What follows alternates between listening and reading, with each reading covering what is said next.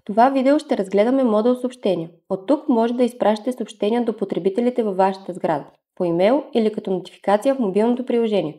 В списъка ще намерите всички изпратени съобщения с информация за дата, метод на доставка и брой получатели. За да създадете ново съобщение, натиснете бутона Ново съобщение. Попълнете заглавие и текст на съобщението. При SMS се изпраща само заглавието, а текстът се въвежда само в приложението.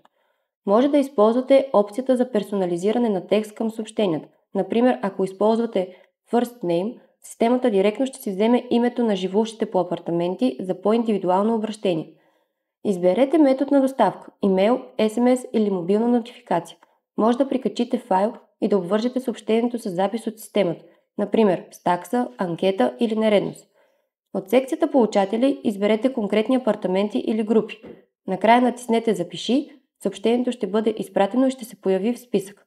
Това е лесен начин да информирате всички живущи бързо, удобно и директно.